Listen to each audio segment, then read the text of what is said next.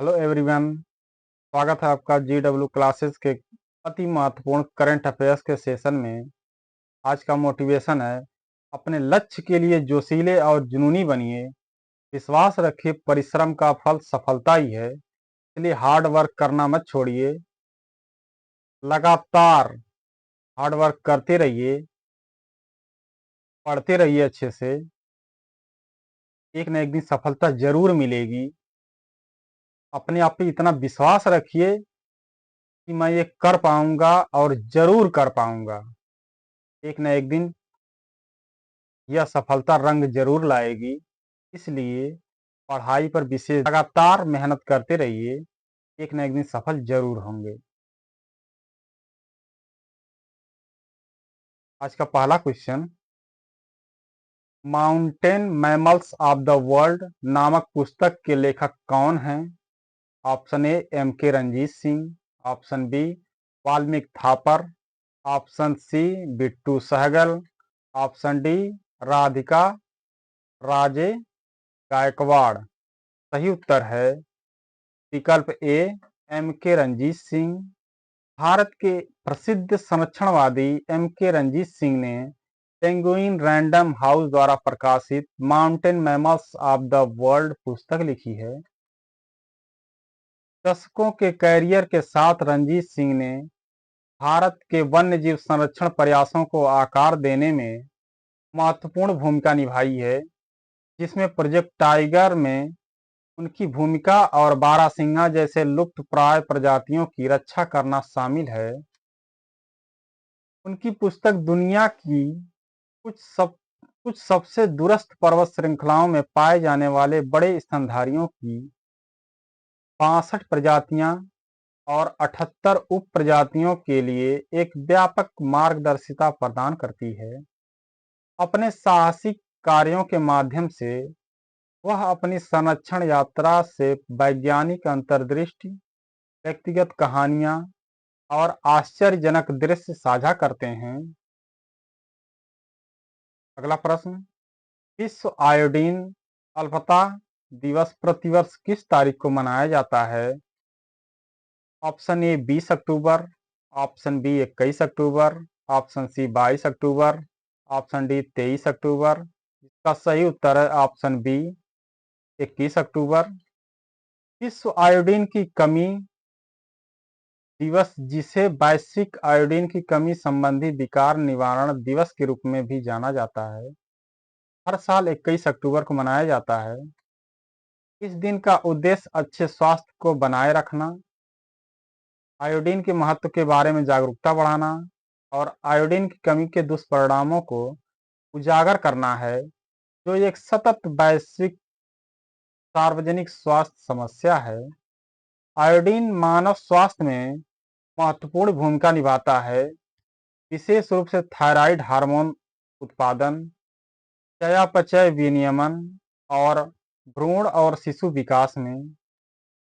Iodine से भरपूर खाद्य पदार्थों में मछली, डेयरी और अनाज शामिल हैं। अगला प्रश्न, फेमिना मिस इंडिया वर्ल्ड 2024 का ताज किसे पहनाया गया? Option A Rekha Pandey, option B Ayushi Dholakia, option C Nikita Porwal, option D Neha धूपा।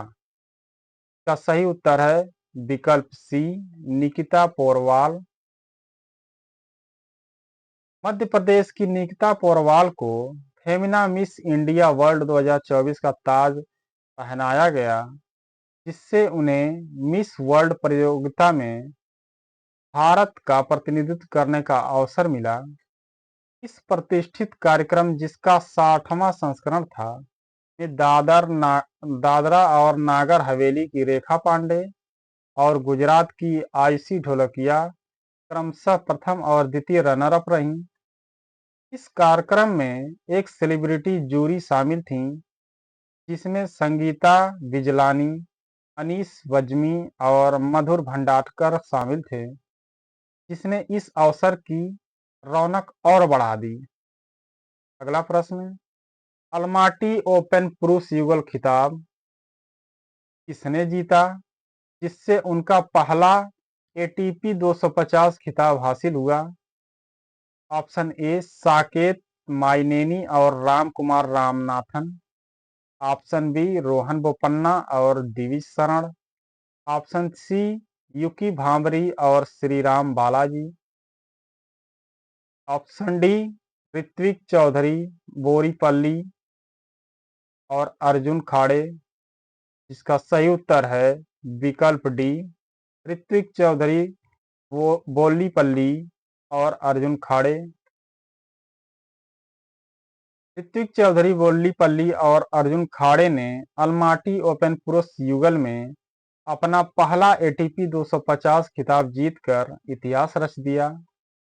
भारतीय जोड़ी ने कोलंबिया के निकोलस ओरिएंटोस और ट्यूनीशिया के इस्कंदर मंसूरी को रोमांचक फाइनल में 3-6, 7-6, 14-12 से हराकर उल्लेखनीय लचीलापन दिखाया। यह जीत भारतीय टेनिस के लिए एक महत्वपूर्ण मील का पत्थर है जो देश के युवकों में उभरती प्रतिभाओं को उजागर करती है। बोलीपल्ली और खाड़े की जीत से भारतीय टेनिस खिलाड़ियों की नई पीढ़ी को प्रेरणा मिलेगी, जिससे अंतर्राष्ट्रीय मंच पर भविष्य की सफलताओं का मार्ग प्रशस्त होगा। अगला प्रश्न, वेदांता किस भारतीय राज्य में 1 लाख करोड़ से अधिक निवेश करने की योजना बना रही है? Option A Gujarat. Option B Maharashtra. Option C Tamil Nadu. Option D Rajasthan. का सही उत्तर है ऑप्शन डी राजस्थान।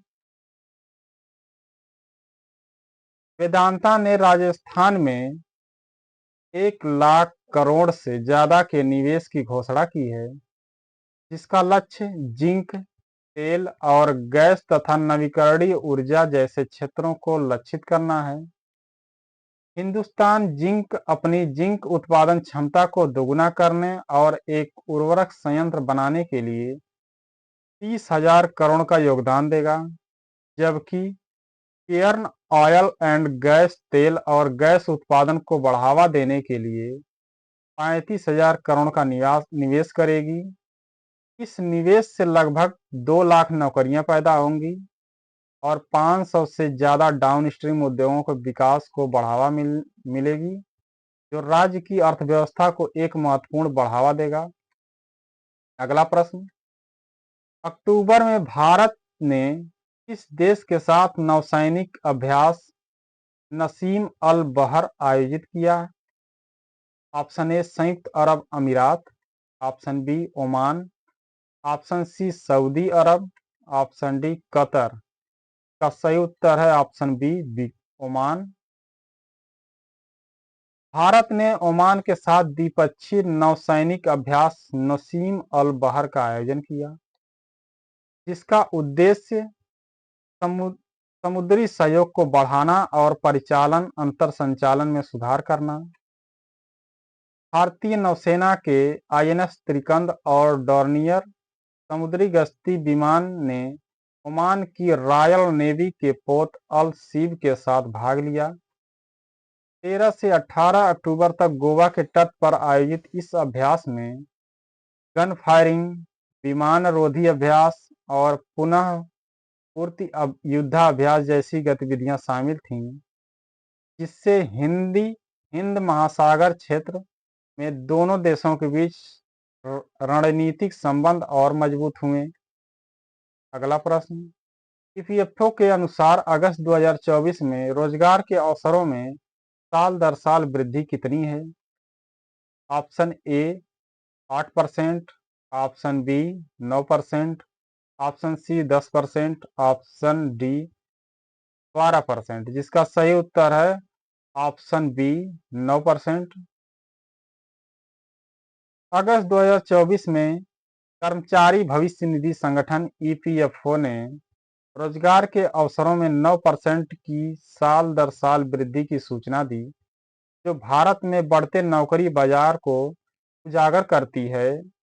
इस अवधि के दौरान ईपीएफओ ने 18.53 लाख शुद्ध सदस्य जोड़े, जिसमें 9.30 लाख नए नामांकन शामिल हैं।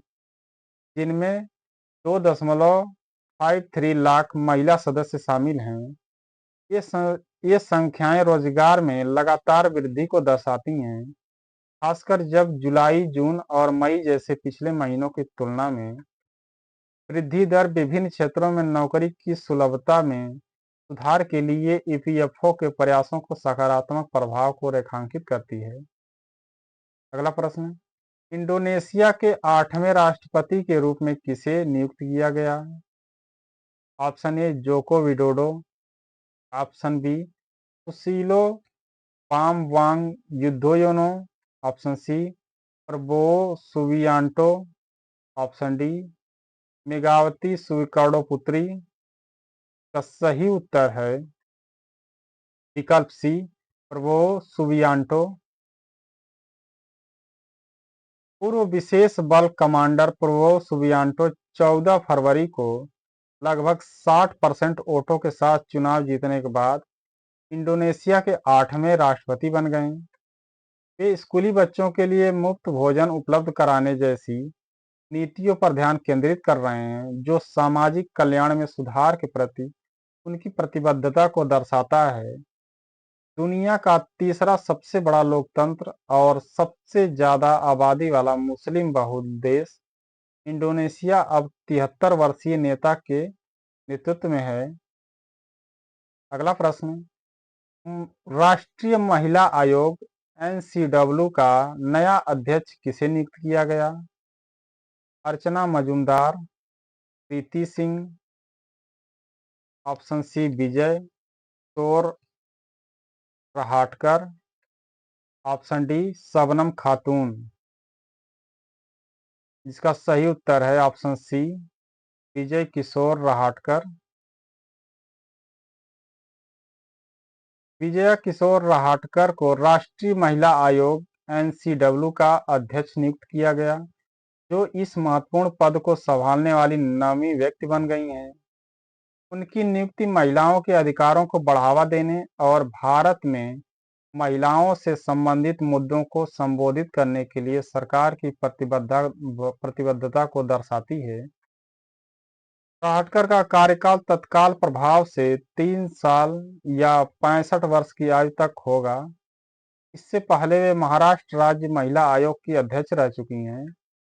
अपनी पिछली भूमिका के दौरान उन्होंने एसिड अटैक सर्वाइवर्स के लिए सहायता कार्यक्रम और महिलाओं के लिए हेल्पलाइन सहित कई पहलों का नेतृत्व किया, जिससे महिला सशक्तिकरण के प्रति उनका समर्पण प्रदर्शित हुआ। अगला प्रश्न, भारतीय चैम्बर्स ऑफ कॉमर्स का अध्यक्ष किसे नियुक्त किया गया है? Option A Abhyuday Jindal, option B Amey Prabhu, option C Piyush Goyal, option D Rakesh Jindal. इसका सही उत्तर है विकल्प ए अभ्युदय जिंदल। जिंदल स्टेनलेस के प्रबंधक निदेशक अभ्युदय जिंदल को भारतीय वाणिज्य मंडल आईसीसी का अध्यक्ष नियुक्त किया गया है। उनके नेतृत्व में आईसीसी का लक्ष्य भारत की आर्थिक वृद्धि को गति देना और स्थायी व्यावसायिक प्रथाओं को बढ़ावा देना है।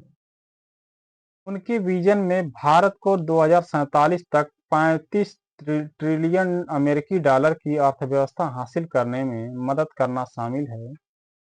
कलकत्ता में मुख्यालय और 1925 में स्थापित आईसीसी भारत के व्यावसायिक परिदृश्य को आकार देने में महत्वपूर्ण भूमिका निभाता है।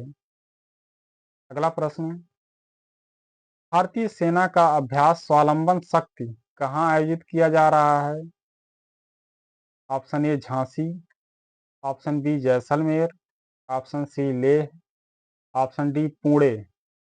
का सही उत्तर है विकल्प ए झांसी। भारतीय सेना की सुदर्शन चक्र कोर वर्तमान में झांसी के पास पवीना फील्ड फायरिंग रेंज में अभ्यास स्वावलंबन शक्ति का आयोजन कर रही है। 1800 सैनिकों, 210 बख्तरबंद वाहनों और विमानों को शामिल करने वाले इस विशाल अभ्यास का उद्देश्य उन्नत तकनीकों को एकीकृत करके सेना की युद्ध क्षमताओं को बढ़ाना है। 22 अक्टूबर 2024 को समाप्त होने वाला अभ्यास स्वावलंबन शक्ति भारत की सैन्य शक्ति को आधुनिक बनाने की दिशा में एक महत्वपूर्ण कदम है।